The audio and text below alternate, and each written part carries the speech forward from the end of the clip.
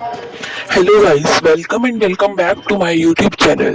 सो guys, सबसे पहले comment में ये बताओ कि किसका 10th का रिजल्ट आने वाला है और किसका 10th 12th का रिजल्ट आने वाला है।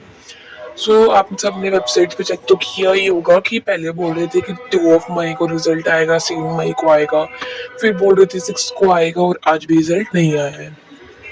ये सब जो डेट्स हैं 2 मई, 6 मई और जो आगे की फर्दर ये सब बोल रहे हैं, ये कोई भी सीबीएसई ने अनाउंस नहीं करी है। ये सब अलग वेबसाइट्स वाले मतलब लोग बोल रहे हैं।